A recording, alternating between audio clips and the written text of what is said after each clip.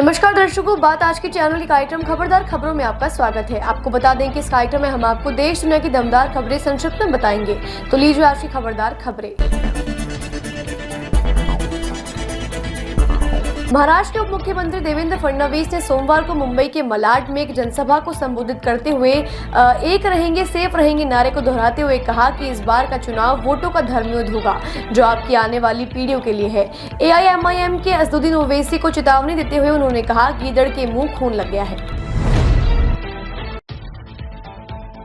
सुरक्षा बलों ने मणिपुर में बड़ी कार्यवाही को अंजाम दिया है। जानकारी के मुताबिक असम राइफल्स और मणिपुर पुलिस के एक संयुक्त टीम ने चूड़ा चांदपुर जिले के एल खोनेफमाई गांव में से सटे जंगल में एक अभियान के दौरान एक 303 rifle, 2 9mm pistol, 6 12 single barrel rifle, 1.22 rifle और भारी मात्रा में गोला बारूद और अन्य युद्ध संबंधी सामान जब्त किया है।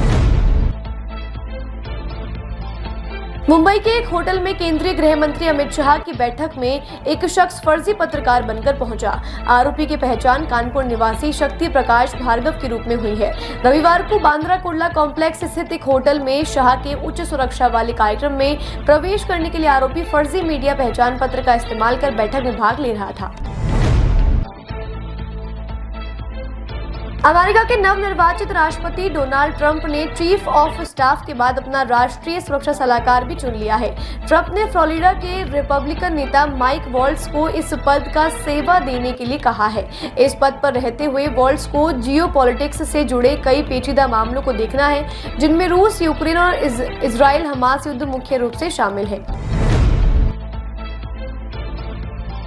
प्रधान न्यायाधीश संजीव खन्ना अब 5 सदस्यीय उच्चतम न्यायालय कोलेजियम के अध्यक्ष हैं और न्यायमूर्ति AS ओका इसके नए सदस्य हैं। 5 और 3 सदस्यीय कोलेजियम का पुनर्गठन 10 नवंबर को न्यायमूर्ति DY चंद्रचूड़ के प्रधान न्यायाधीश पद से सेवानिवृत्त होने के बाद किया गया है। उस कोलेजियम का मुख्य कार्य उच्चतम न्यायालय के न्यायाधीशों का चयन करना है।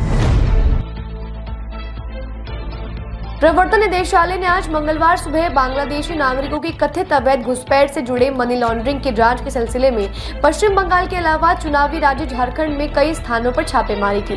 जांच एजेंसी के झारखंड का रेल द्वारा दोनों पड़ोसी राज्यों में कुल 17 स्थानों पर छापेमारी जारी है।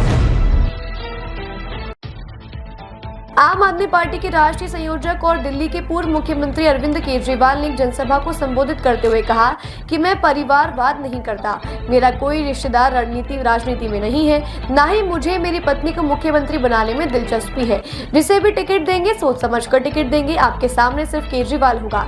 70 की 70 सीटों पर ही केजरीवाल चुनाव लड़ेगा।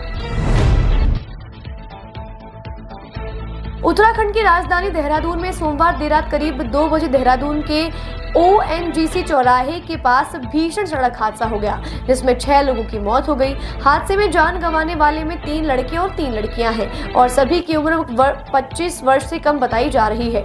दुर्घटना इतनी भीषण थी कि हादसे का शिकार हुई कार पूरी तरह चकनाचूर हो गई है। कार में एक साथ कुल 6 लड़के और लड़कियां घूमने निकले थे। महाराष्ट्र विधानसभा चुनाव प्रचार में भारतीय जनता पार्टी के प्रचार अभियान को धार देने के लिए PM मोदी आज महाराष्ट्र पहुंचे। प्रधानमंत्री मोदी ने महाराष्ट्र पहुंचकर सबसे पहले चिमूर में एक जनसभा को संबोधित किया। इसके बाद वे सोलापुर पहुंचकर एक जनरैली को संबोधित करेंगे। वहीं से प्रधानमंत्री मोदी सीधे पुणे पहुंचेंगे, जहां महायुति के उम्मीदवार के समर्थन में एक जनसभा को संबोधित करेंगे। आज प्रधानमंत्री नरेंद्र मोदी महाराष्ट्र के दौरे पर रहेंगे। वहीं लोकसभा में विपक्ष के नेता राहुल गांधी भी अपनी कांग्रेस पार्टी के चुनाव प्रचार के लिए विदर्भ पहुंचे। राहुल गांधी ने आज सुबह बुल्ढाना पहुंचकर जिले के चिखली में पार्टी के खामगांव उम्मीदवार के साथ एक रैली को संबोधित किया। यहां से राहुल गांधी गोंदिया पहुंची, जहां कांग्रेस उम्मीदवार के समर्थन में एक भव्य जनसभा को संबोधित किया। विदर्भ इस चुनाव के लिए सभी दलों के लिए बहुत ही जरूरी है। खबरदार खबरों में आज के लिए बस इतना ही। कल फिर नई खबरों के साथ हम होंगे आपसे रूबरू। नमस्कार।